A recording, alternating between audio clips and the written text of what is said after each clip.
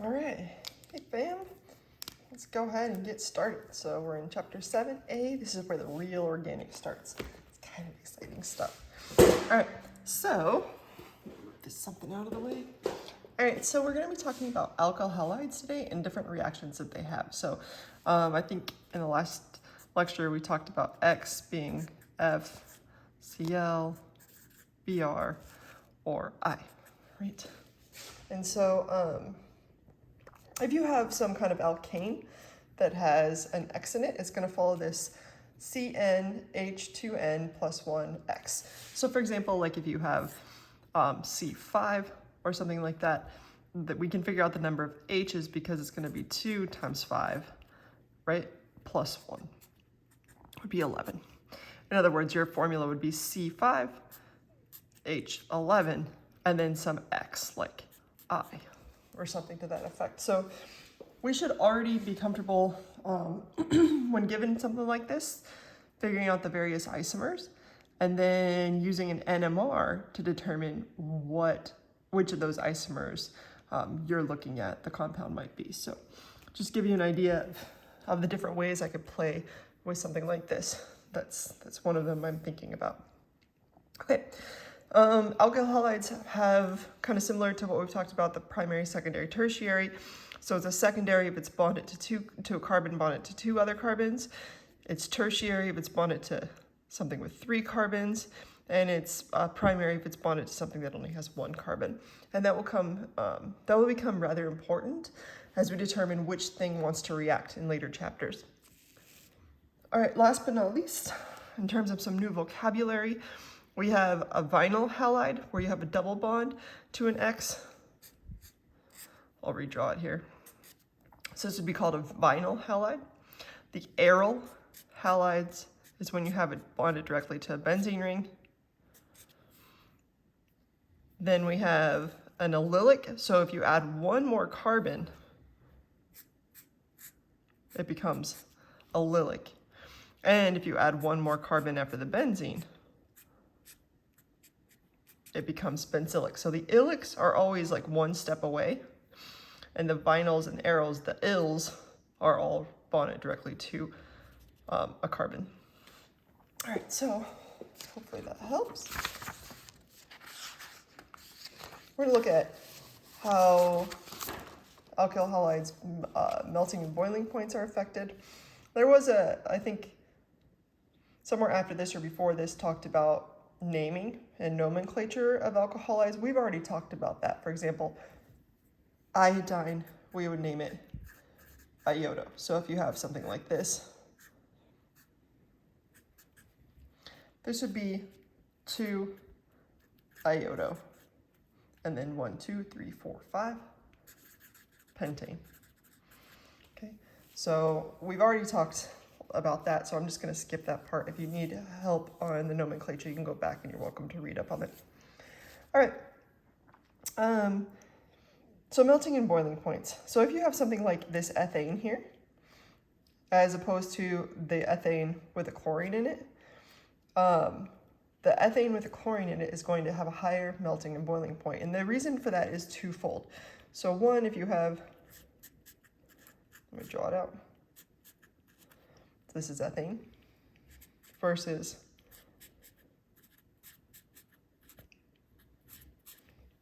this. Okay.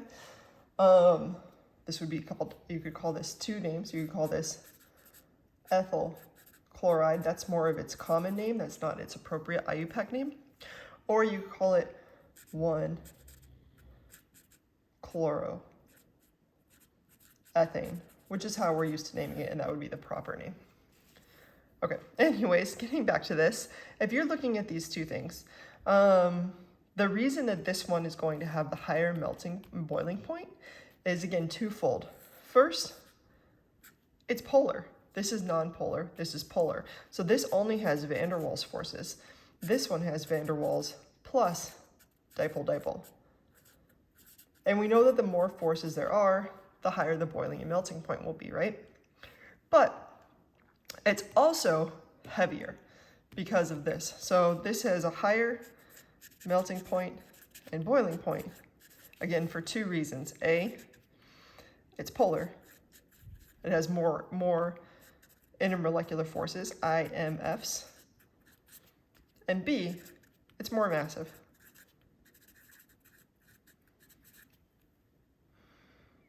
Okay, so now when we look at these three, let's see if we can compare which one does what and why. All right, an interesting fact about these sp2 hybridized carbons, or when you have a pi, also known as like having a pi bond here, is this pulls electron density away from the chlorine. So pi bonds like electron density. So as opposed to like this bromine here, it's going to be pulling electrons that way. This one's going to be pulling electrons this way. This chlorine will still be pulling electrons, just not as much. So it would be a smaller dipole moment. Right? Again, that's because the pi bonds here, here, and here are kind of sucking the electron density back toward them. So, so this one's going to have the lowest melting and boiling point. Okay. So again, it's going to have the lowest melting and boiling point then. Because it has pi bonds, make it less polar. Okay, so it'll have less dipole-dipole force. All right, so now we're looking at these two things.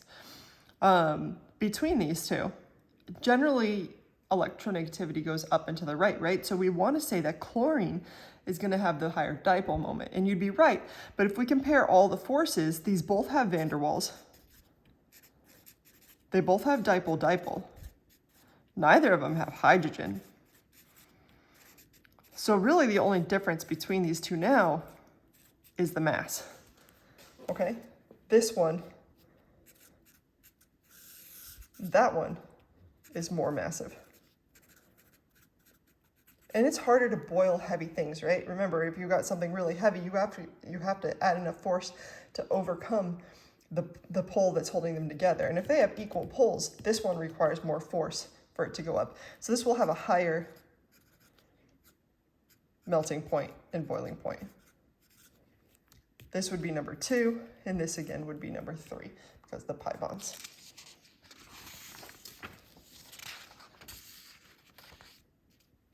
All right, so alkyl halides undergo substitution reactions with nucleophiles. So probably should have brought notes over here, but if you have something like this, so there's an alkyl halide for you, and you react it with a nucleophile, and let's maybe briefly, let's remember what a nucleophile is.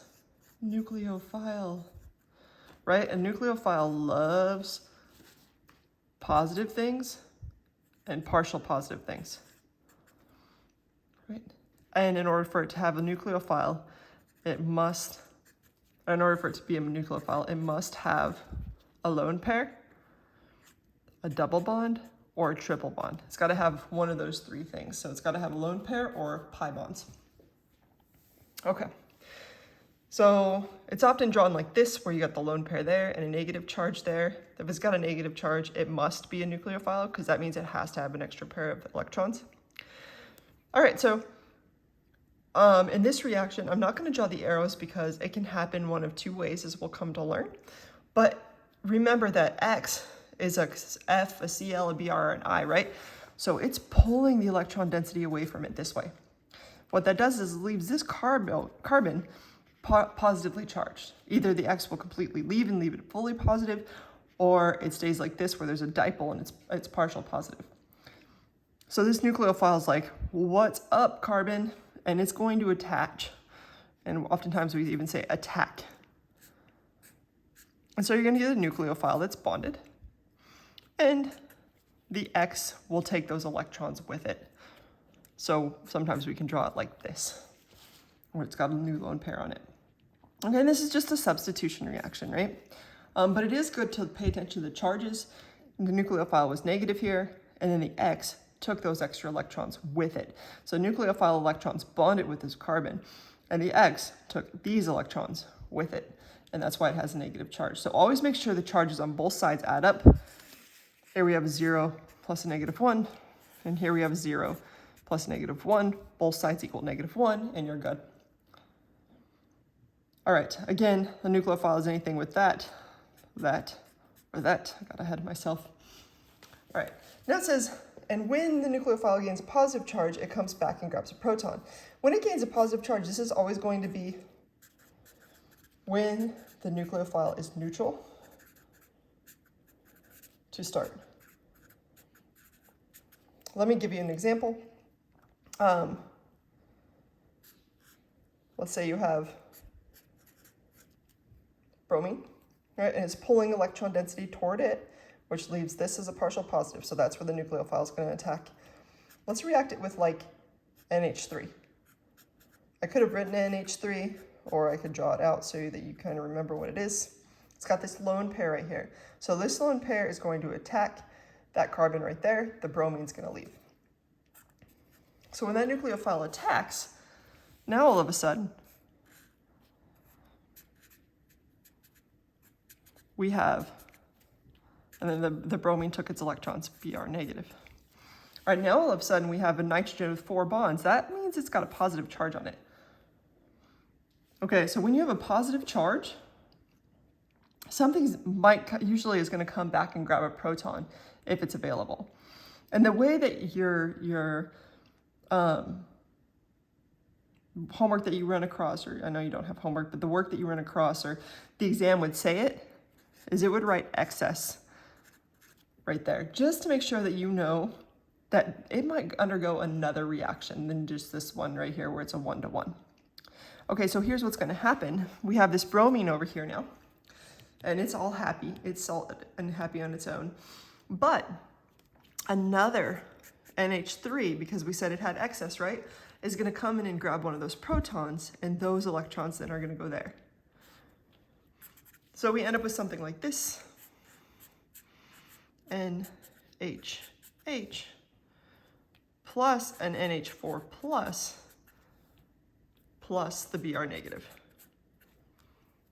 Okay, so again, this was neutral, and when something, I didn't mean to write that, but this is neutral, so when something neutral attacks a carbon, you're going to be left with a positive charge on that thing. Just like here, we had a negative, and it attacked, and then it became neutral. So keep that in mind, pay attention to charges, because they make a big difference. And again, on both sides, you want them always to add up. So here we started with a charge of 0. Over here, we have 0 plus positive plus negative is also all a charge of 0. Okay. We don't get into this too much in this lecture, the bases, but it's good to know about and think about. And that is this. If you have like some reaction where you have like hydrogen and an X. Okay, so you've got this alkyl halide right here, and you react it with a base. We generally indicate a base like that. What's going to happen is the base, remember bases love hydrogen. They are proton acceptors. So this is going to grab this thing. It's going to grab the proton. And then, but it doesn't want these extra electrons. It already has electrons. These electrons are what's bonding this hydrogen. So these electrons are unnecessary. So these electrons are like, hey, I see a partial positive carbon right there. They're going to hop down there. But then the carbon has 5 bonds. 1, 2, 3, 4, and 5. So this X is going to have to hit the road. And that's what you end up with. Something that looks like this. I should redraw it. Let's do this. We got a double bond here.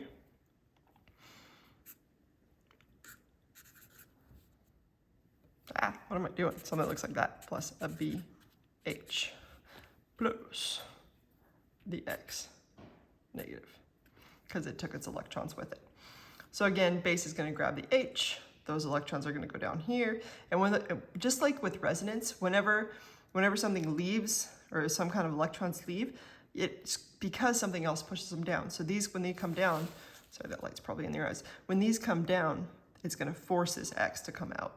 And that's how you get this. So there should be nothing there. I don't know. I was in the middle of thinking of something else. All right, so those were base reactions. And we will probably not touch on them too much yet. We will those in a little bit, but we're mostly going to focus on nucleophilic reactions and substitution with them. So let's go ahead and get focused on them. Here I ask you to identify the nucleophile and the leaving group and draw the products in each substitution reaction. Okay, the nucleophile is always going to be the thing with the lone pair of electrons or the negative charge, or the pi bond, etc.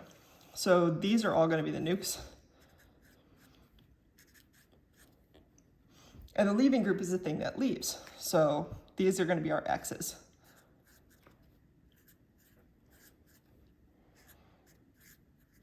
Okay, so these are all the leaving groups. All right, now we're not drawing arrows again because there are two different reactions that can occur and make this happen. So instead, we're just going to draw the results of the substitution reaction. So over here, the bromine's going to go away. So we'll get that. And this nucleophile, remember the lone pair of electrons would be on the oxygen, right? The most electronegative thing. And that would be what you get. And you just always want to make sure charges added up. 0 and -1, over here 0 and -1, so it works. You do not have to draw the lone pair of electrons on anything. You'll see that those are used sometimes and sometimes not. It's freely open to use electrons whenever you want or don't want. Okay. Here, this might not come off as a nucleophile right away. Don't forget that any spectator ions can be ignored and should be. So this is not just NaOH, right? This was an Na plus and an OH minus paired together. It's an ionic compound. And so, so we're just gonna put the negative sign there and cross this sucker out with its positive that it would have had. Okay, so this is just now OH negative, and that's your nucleophile. Again, sodium, lithium, potassium, those things are all spectator ions. So we'll get, this will bond to the OH, and the leaving group will leave. Beautiful. All right, last but not least, we have this azide thing right here. This is going to be our nucleophile. And all that means is it's just going to attach. And once again, the leaving group leaves, making sure charges on all sides always add up to equal each other. If, again, your nucleophile had been neutral, then you would have ended up with a positive charge in the center. So let's give an example of that. Here, this is our nucleophile. It's neutral. Notice there's no charge written on it. So when we go to do this, I don't know why I'm using sound effects. This N is now going to be attached here. And I'm going to draw it a little differently. I could write CH2, CH3, but I want you to be able to see something.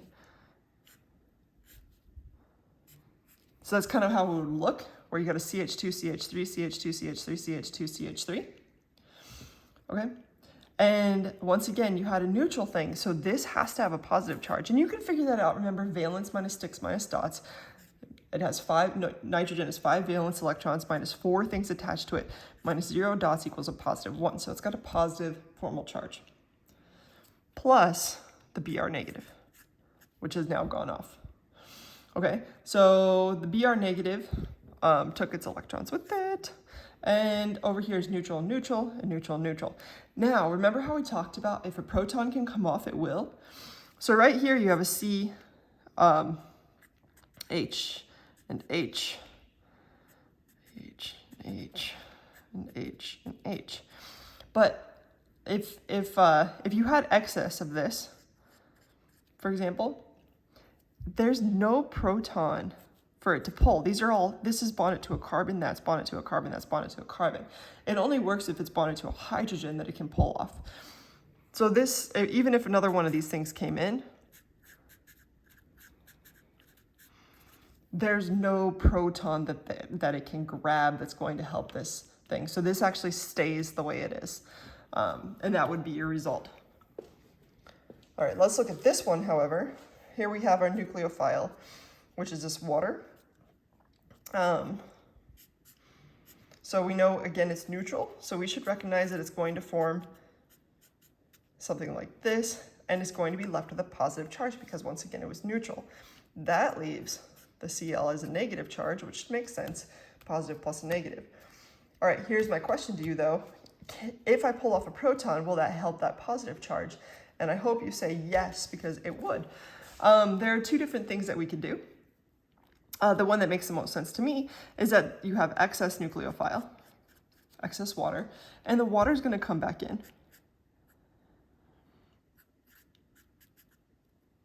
And it's going to pull off that proton, and then these electrons go onto that sucker, and you have this new alcohol and an H3O plus, because you had this water and it grabbed this extra hydrogen, plus Cl negative. And this would be my favorite product. Your book, however, has something slightly different. It says, hey, this chlorine could come in and grab a hydrogen too. And let's talk about what that would look like. So starting with this same material, if we react it with a chlorine, chloride specifically, and it grabs that proton right there, proton goes there, we get 2 an OH plus HCl, right? But what is HCl anyways? And you'd have some water if it was excess. But what is HCl anyways? Remember, HCl doesn't want to form. This is a strong acid. The definition of strong acids, and we'll go over it over and over again, actually in today's lecture, the definition of strong acids, excuse me, is that they want to stay apart. They want to keep apart as much as possible. So there's really no reason that chloride would want to grab onto that hydrogen. So what's going to immediately happen when you have this is that this, remember, would react to H3O plus and Cl minus. Well, you can notice that no matter what, you get this alcohol, it's T-butyl alcohol, and an H3O plus and a Cl minus. Here you get the T-butyl alcohol, H3O plus, and Cl minus. So you get the exact same thing. This one just makes a lot more sense to me.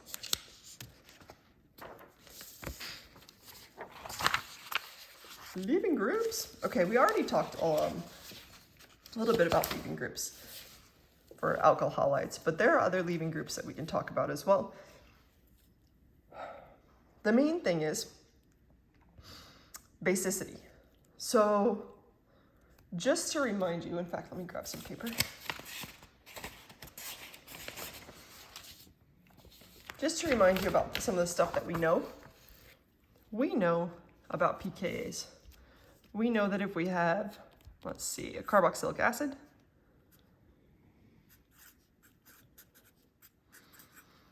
we know that it has a pKa of 4.8. We should have memorized it. If we have something like water, it has a pKa of 15.7. If we have something like an alcohol, it has a pKa of 16. If we have something that's got something like this, it's got a pKa of about 38.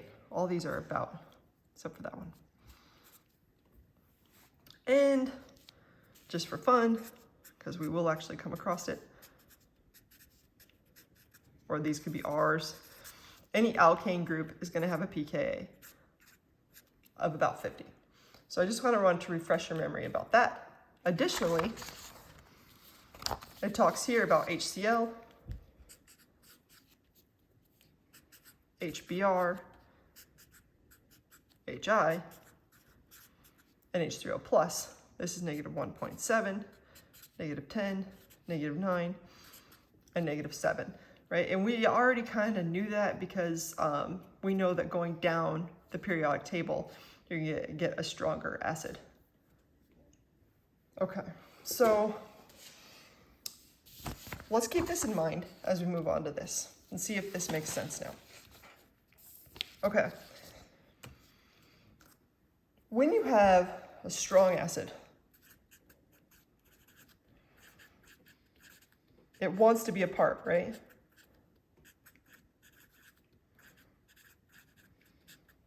For example, HI breaks down into H plus and I minus. The reason it does that is because this is happy being alone. It is totally cool being alone. What that means is if it's a conjugate, base, this would be a conjugate base of a strong acid, it's going to be really, really happy to be alone. That makes it a good leaving group.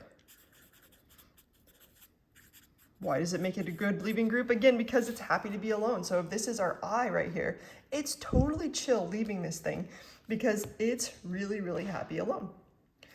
Okay, so as we increase the basicity, or you could also think about decreasing the acidity, as you increase the basicity here, F, notice we didn't include HF on here. That's because HF is a weak acid. And these ones were all strong. Okay, so we didn't include HF because it's weak acid, which means this wants to be alone less.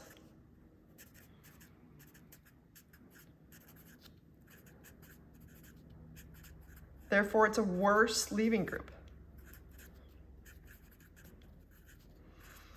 Remember, weak acids don't fully break apart. Some of them stick together, but mostly, or most of them break apart, but most of them stick.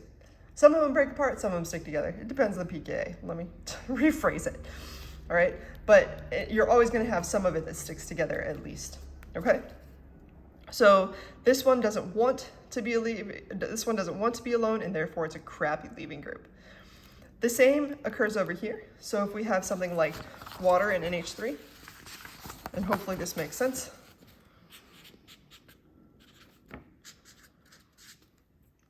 We know that NH3 has a pKa of about 38. Water is about 15.7. The more basic something is, the more it doesn't want to be alone. So that makes this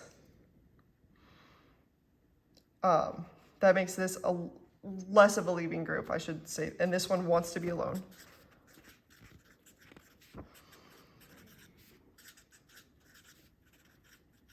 Okay, again, stronger acid, just like with the I, the stronger the acid, the more it wants to be alone. It's cool with it, and that's why this would be a better leaving group.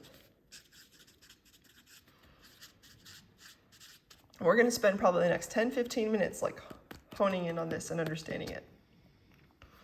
All right, so given these things, kind of walks you through, hey, as you increase the pKa, in other words, as you get more basic, as you get to be more basic, you're going to get a worse leaving group.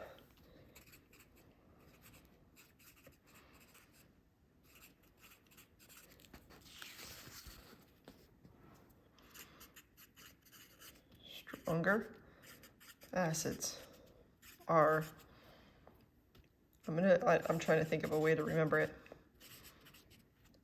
Independent.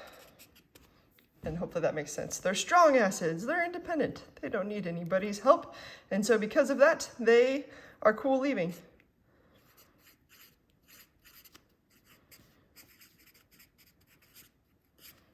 I don't know, that's maybe the way I'll remember it.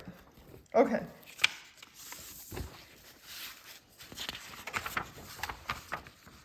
Equilibrium favors the product of nucleophile substitution when the nucleophile substitution when the leaving group is a weaker base than the nucleophile. It's just saying the same stuff over. But let's talk about if this were in equilibrium, I want to know which way this equilibrium is going. Well, you have to ask yourself which one of these two wants to be independent. Is it the OH or is it the Cl? Well, you tell me, what would be a stronger acid? H2O, where I add an extra H to this, or HCl? Hopefully you're saying this, right? Which is like, what, -7 or something from the previous page. And this has a pKa of 15.7. So this really wants to be alone. And because of that, we're going to shift this way. So again, this one is cool with being alone. So the reaction will occur this way and products will be favored. All right, just to remind you in case you forgot, bases attack protons and nucleophiles attack carbons. They're just reminding you that bases exist even though we didn't really talk about them very much. Okay, for two nucleophiles with the same nucleophilic atom, the stronger the base, the stronger the nucleophile. So let's say we have, let me give a good example. Come back in your book here.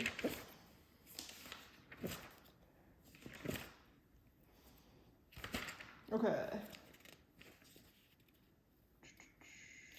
So let's say we have, CH3, some kind of carboxylic acid ion, versus, let's say, OH minus. So in both cases, the oxygen is the one with the lone pair. Remember, that's what a nucleophile is. So you're looking at both of these. That's got a negative, that has a negative, and you're like, okay, which one of these is going to be the better nucleophile? Well, this, if I added an H to this side, this would have a pKa of 4.8. But if I add an H to this side, it would have a pKa of 15.7. Remember, stronger acids are cool with being alone. So this one would be a stronger nucleophile. This one would be a better leaving group, if it happened to be a leaving group. Okay, negatively charged nucleophile is always stronger than its conjugate acid. So I think the example that your book gives is like OH minus versus H2O. Makes sense. This would be its conjugate acid. So if you have this versus this, negative is always going to win. And in fact, it's not even just the conjugate acid. It's anytime you have a negatively charged thing, that's going to be a stronger nucleophile. So this is a stronger nuke. And this one would be the better leaving group.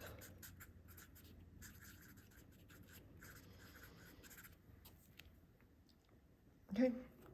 Right to left across a row of periodic table, nucleophilicity increases as the spacicity increases, which we've already kind of talked about. But if I were to do the conjugate acids of all these, here I'd have HF, here I'd have H2O, here I'd have NH3, and here I'd have CH4 as a conjugate acid, so I just added an H to all of these. This would be a pKa of 50, this would be 38, this would be 15.7. This would be, I don't know, -3 or something like that. But if you have to compare all of them, obviously this is a stronger acid. Therefore, it wants to be alone, and therefore it's better leaving group. But as you get more basic, you're going to increase the nucleophilicity, meaning these things want to be attached. Okay, so to summarize everything, because it seemed like a lot to me, I'm like, geez, it's a lot. But weak bases want to leave, strong bases want to attack. So you just look for the pKa. If it's high pKa,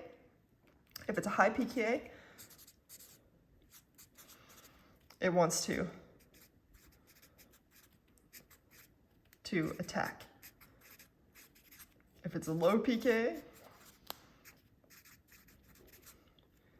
it wants to leave. So that might be another way to think about it if you're having trouble kind of putting everything together. This gives you just one single thing to kind of memorize. All right, yes, let's go ahead and use that information and compare these.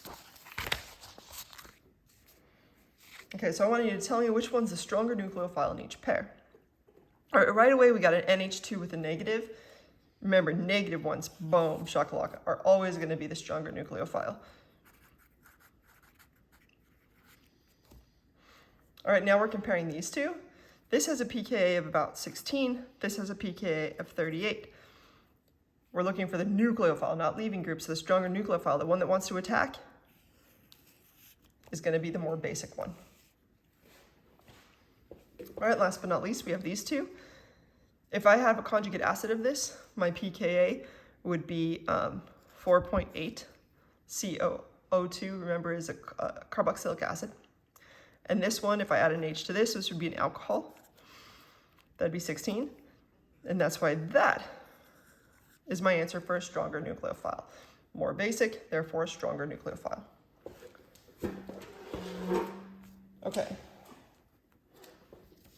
steric hindrance is really going to decrease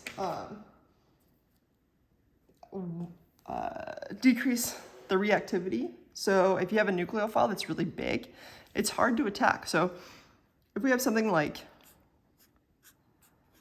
X and we want to react it with a nucleophile, if you have an option that's something like this versus something like this,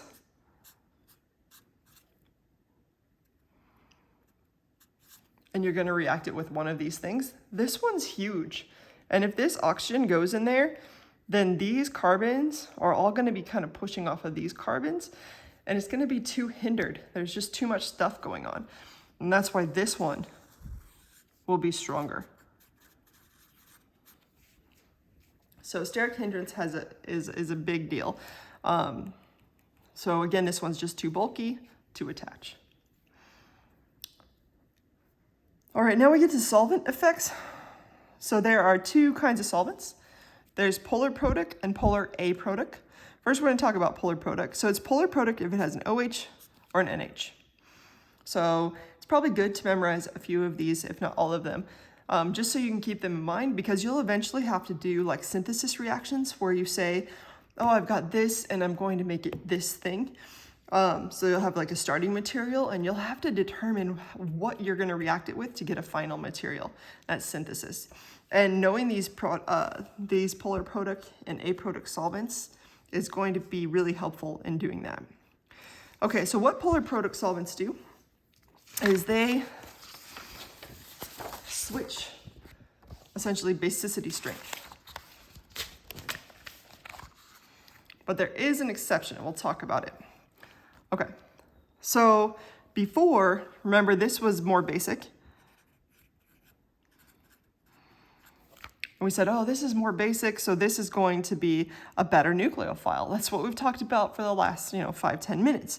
So normally this would be a better nucleophile. But here's what happens. If you have, let's go back to our good old standby, or in fact, let's just say, I want to do something that's actually going to work. Let's do this.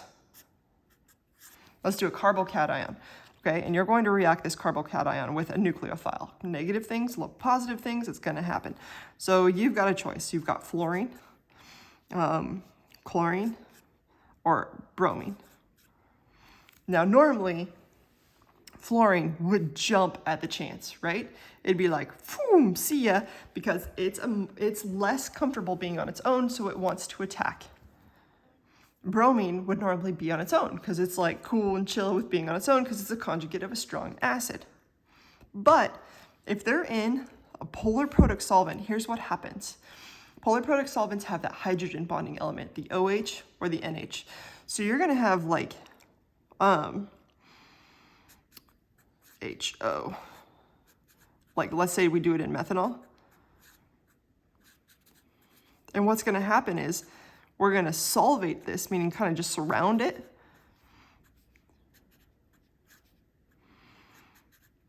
So that fluorine is surrounded by this solvent, polar protic solvent.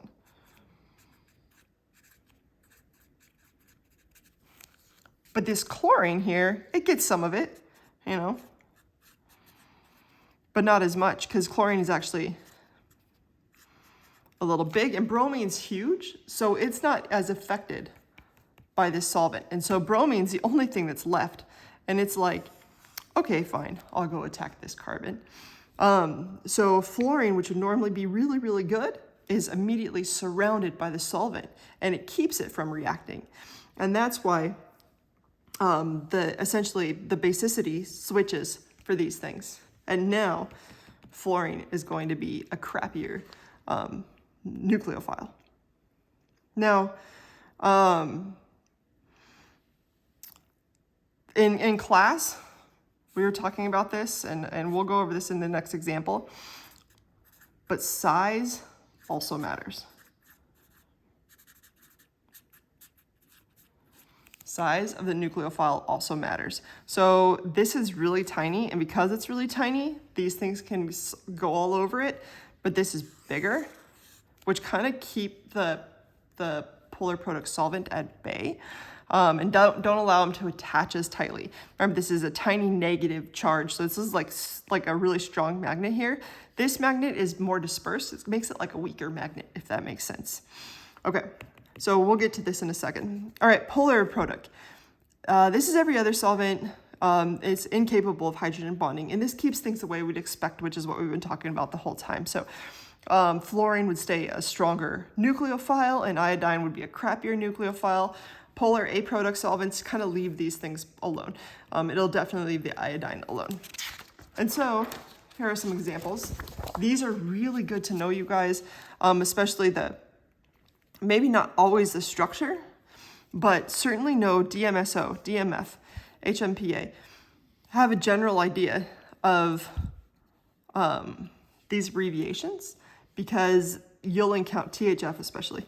You'll encounter them a lot, and you might not know what they mean, and so it ends up being kind of important. Okay, so let's identify the stronger nucleophile in each pair. Okay, so you have Br minus and Cl minus and a polar product solvent. Okay, normally Cl minus, right, would be the better nucleophile. But because it's in a polar product solvent, those polar product solvent is going to jump all over that and makes this one the better one. Okay, here we have OH minus and Cl minus and a polar A product solvent. So if you have OH minus and Cl minus, remember, that goes back to what we were normally looking at. If we have HCl, it's supposed to be a Cl. HCl versus H2O, right? This is a stronger acid. So Cl's cool being on its own, right? And that's why this is definitely going to be the stronger nucleophile in an A product solvent, where it's everything that we've already learned. Now we come to this one. So in class, I think we all kind of hesitated, me especially, because I had HS, but then I started questioning myself. And so I went back and looked, and I really appreciate Chelsea and Ebony, you guys, for pointing this out, the size. And you're totally right, size does matter. So I went through, I looked it up, and I'm like, even though this one has a lower pKa, fluorine is so small for the same reason on the other side. So these have similar pKas. So these have similar pKa's, but fluorine again is so small, and that negative charge is so concentrated in a polar product solvent, it's going to be surrounded, just like we drew in the other one. And because of that, even though these are both similar, HS is going to be a better nucleophile because this guy can't move at all. It's so surrounded. So I really appreciate you guys pointing that out and thinking through it, and you were totally right. And yeah, thanks guys. All right, so I'll go over this in class too for those of you who don't watch the videos. All right, nucleophile substitution mechanism. So no matter what, this happens. So you're always gonna break a pi bond there, and you're always gonna form a pi bond there. Right? Hopefully that makes some sense. And there are going to be two methods for this by which this occurs. And this will end up being more important in the next lecture. So in the first method, everything happens in one single step. Nucleophile swoops in, attacks that carbon, remember that has a partial positive charge on it, and the X takes off.